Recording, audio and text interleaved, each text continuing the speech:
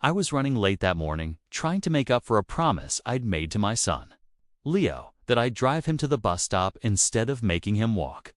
We'd barely made it out the door with toast still in hand when I saw it. As I pulled up to the corner, my heart stopped. There was Leo, my 12-year-old, his small shoulders hunched, backpack clutched tightly to his chest, standing face to face with a middle-aged woman in a perfectly pressed pantsuit. Her manicured finger jabbed the air just inches from his face. Even from 50 feet away, I could see the fear in my boy's eyes. "I've never seen you here before." The woman's voice carried across the quiet morning air, sharp and accusatory. "This is a private neighborhood bus stop. I need to see your proof of residence right now, or I'm calling security."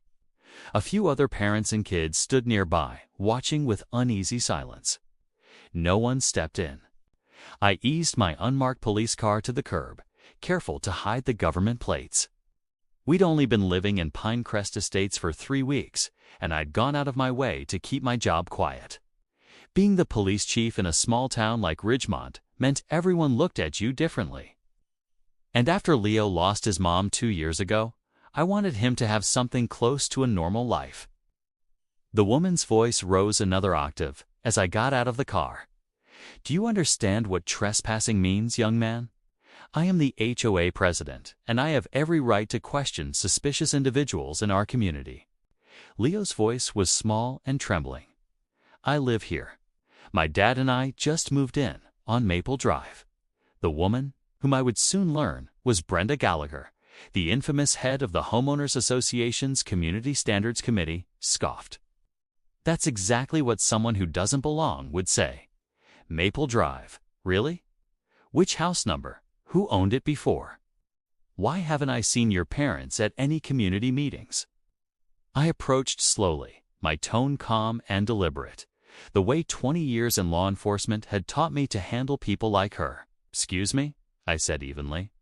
"Is there a problem here?" Brenda turned toward me, her expression dripping with superiority.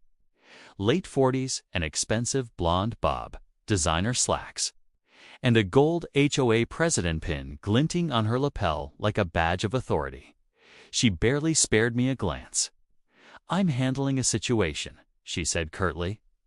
"This child claims he lives in our neighborhood, but I've never seen him before, and I know everyone who belongs here. We've had issues with outsiders trying to use our private amenities." Leo looked up, relief flooding his face. "Dad," Brenda blinked, eyes darting from him to me, recalibrating her approach without backing down. "You're his father. Well, as I was saying, as president of the Homeowners Association, it's my responsibility to ensure the safety of our neighborhood. We have strict protocols about who can use the bus stop. I'll need to see your community ID card." The parents nearby shifted uncomfortably, watching the exchange. One mother gave me an apologetic look. Clearly, this wasn't Brenda's first scene. "Ma'am," I said calmly, "my son and I moved into 478 Maple Drive 3 weeks ago, the Henderson place. We're registered residents, and Leo has every right to be here." Brenda folded her arms, red nails tapping impatiently on her handbag. "Everyone knows the bylaws require new residents to check in with the HOA office and receive proper identification before using community facilities. The bus stop is included in those facilities." "I don't make the rules," she said with a smug smile. "I just enforce them." I rested a hand on Leo's shoulder. "Go wait in the car for a minute, buddy. The bus will be here soon. I'll handle this." As he hurried off, I turned back to Brenda. This wasn't our first brush with the HOA. In just 3 weeks, I'd already received 3 separate notices. One claiming our mailbox was 2 inches too low. Another demanding we repaint our window trim to a more acceptable beige. And a third warning about leaving the recycling bin visible from the street for more than 4 hours after. "Pick up, Mrs. Gallagher, right?" I asked, though I already knew exactly who she was.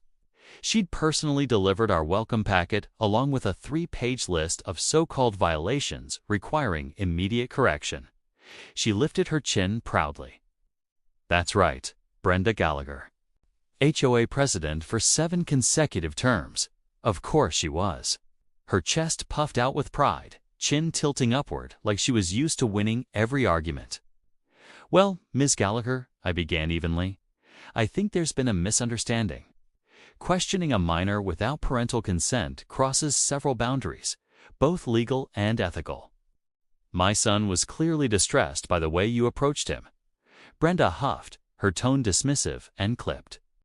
"I have the full authority of the association board to question anyone on community property.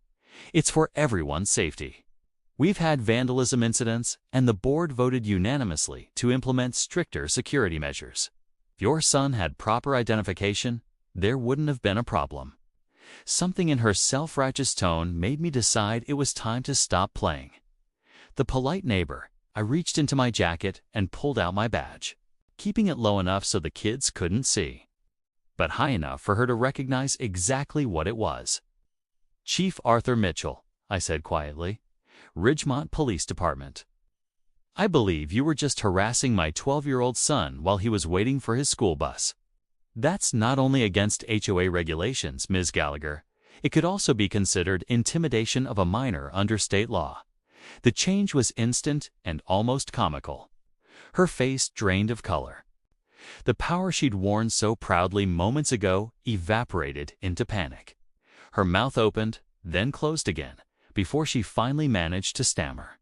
"Chief, I had no idea you were. This is just a misunderstanding. I was simply doing my duty as HOA president to ensure community safety. If someone had told me who you were, that's the problem, Ms. Gallagher." I cut in, my tone controlled but firm. "You shouldn't need to know that I'm the police chief to treat a child with basic decency and respect. Any child, regardless of who their parent is, deserves better than to be interrogated and accused of trespassing on their way to school." The sound of the approaching school bus rumbled in the distance. I motioned for Leo to come back. Brenda was visibly shaken now, trying to recover her composure, but the other parents weren't pretending anymore. They were watching her every move, some with disbelief, others with quiet satisfaction. "I'll be filing an official report about this incident," I continued calmly. "Not as a resident, but as a law enforcement officer concerned about the harassment of minors in this neighborhood. And I'd like to review the specific HOA bylaw that supposedly grants you authority to interrogate children without a parent present. I imagine your board's legal counsel will be very interested in that policy." A murmur rippled through the small crowd. Then one mother stepped forward hesitantly. "She did the same thing to my daughter last month," she said. "Accused her of bringing a friend from outside the neighborhood and threatened to fine us. We didn't say anything because Brenda runs the violation committee." Another parent nodded. "She had my landscaping crew banned from the neighborhood because they parked their truck in my driveway for 10 minutes. Cost me nearly $1,000 to find someone new." Brenda's face turned bright red again, but this time it wasn't authority fueling it. It was humiliation. "This is ridiculous," she sputtered. "I've devoted 8 years to keeping this community safe and maintaining our property values. You have no idea what would happen if we didn't have proper standards and enforcement." The bus squealed to a stop beside us. I crouched to give Leo a quick hug. "Have a good day at school, buddy," I said softly. "Don't worry about any of this."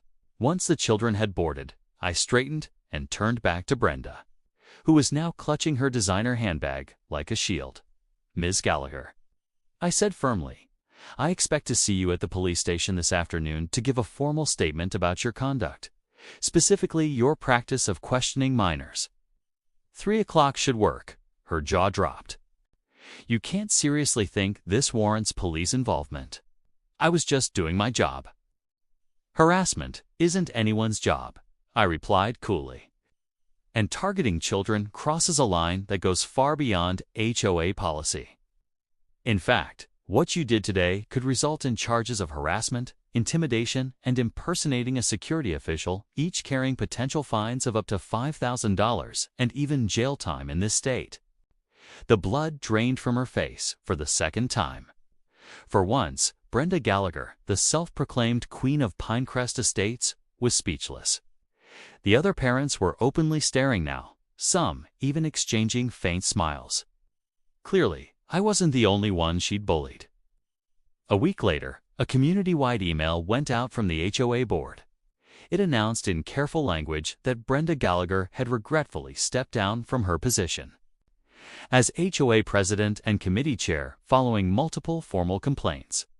It also mentioned that she was being fined $2,000 for harassment and required to complete 40 hours of community service.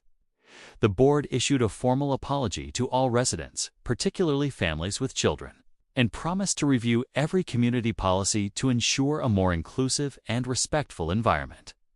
The next morning, I saw Brenda hurrying from her white Mercedes to her front door, sunglasses on, head down, pretending not to see the neighbors she used to lecture.